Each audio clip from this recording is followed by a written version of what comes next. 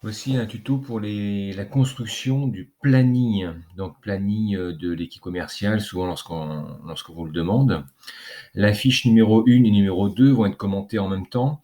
La fiche numéro 1 recense finalement les contraintes qui pèsent lorsqu'on doit réaliser un planning. Alors les contraintes, finalement, ce sont les éléments à prendre en compte qui vont perturber finalement la réalisation de ce planning.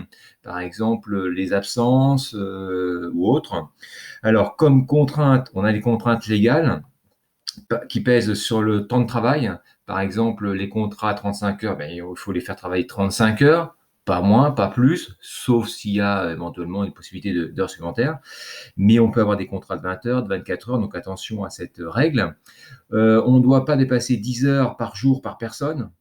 Et on ne doit pas dépasser 48 heures d'heures sur la semaine, si on peut faire des heures au-delà de 35 heures.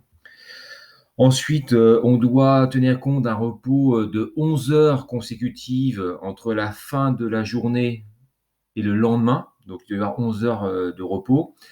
On doit également tenir compte, là ici c'est indiqué, de 24 heures de repos enfin, donc c'est une journée complète sur une semaine. Alors, souvent c'est 2 jours, mais il y a au moins une journée complète.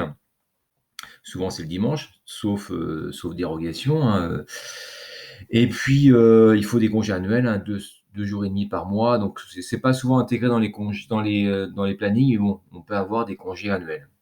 Ensuite, on a d'autres contraintes. Alors, d'autres contraintes qui viennent peser sur la réalisation de planning, c'est notamment les contraintes d'ouverture, de fermeture du magasin, de livraison aussi, les dates, souvent les heures de livraison, enfin les jours et les heures de livraison. Et puis également tout ce qui est lié à la saison. Donc on va avoir des semaines qui peuvent être plus chargées que d'autres en fonction des saisons, en fonction aussi des périodes de soldes ou périodes de fête. On a aussi des contraintes liées aux absences salariées. Donc des salariés peuvent être absents pour une formation, pour une absence maladie qui est déjà prévue à l'avance, d'accord, ou autre.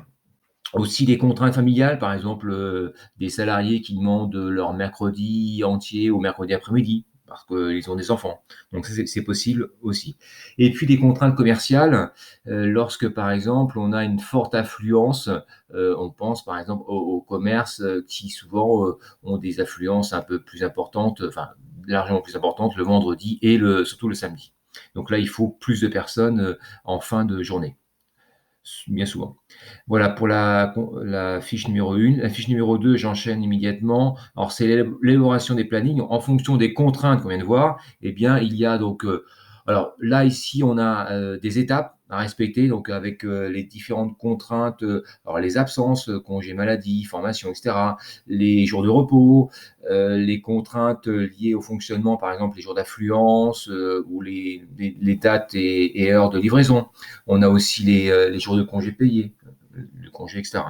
Donc voilà, donc un certain nombre de contraintes donc, qui sont listées pour établir le planning. Et vous avez un exemple de planning ici, hein. Alors vous avez les jours donc en colonne, du lundi, donc ici pour l'exemple, hein, le magasin est ouvert du lundi au samedi, avec les salariés qui sont en ligne, et vous avez les plages horaires de chaque salarié.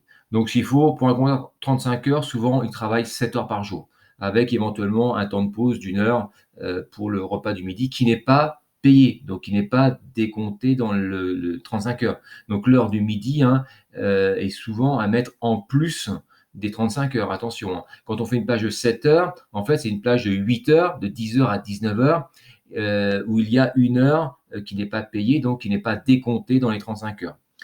Voilà, donc ici, hein, eh bien, vous avez un exemple de planning qui sera à reproduire notamment dans le cours et dans les applications.